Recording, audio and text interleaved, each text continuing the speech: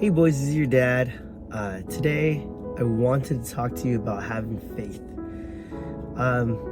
Life is full of turmoil. It's going to be positive, it's going to be negative, positive, and negative, and things always get better and things always get a little rough sometimes.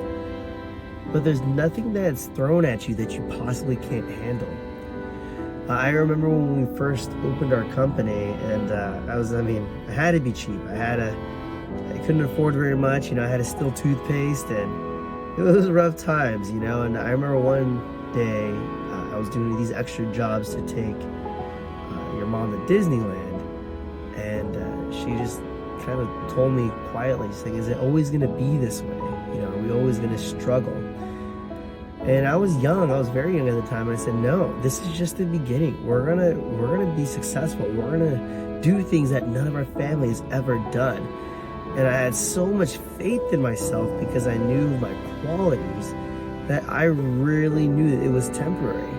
And the fact that it's true, it was very temporary the times we struggled. However, when we were struggling, those are probably the moments that built so much character around everything I've done and everything I do today. It's not always going to be that bad. You have to have faith in your abilities and faith in your circumstances that it will get better, that you do have the courage, you do have the talent, and you will take action in the things that make it more beneficial for you in the future. Now, it doesn't always happen when you want it to, and I think I said that previously. It happens when it's supposed to, but have faith that it will happen. For some reason, it always feels like when it can't be done and it can't get there, it just magically happens. I remember when I first opened my martial arts school, I was like, wow, if I can just get to 40 students, I'll be so blessed. I'll be able to, have this school and maybe get an apartment. It'll be such a great living. And then we got to 40 students. I said, wow, you know what? It would change my life if we got to 100 students. Well, who would follow me?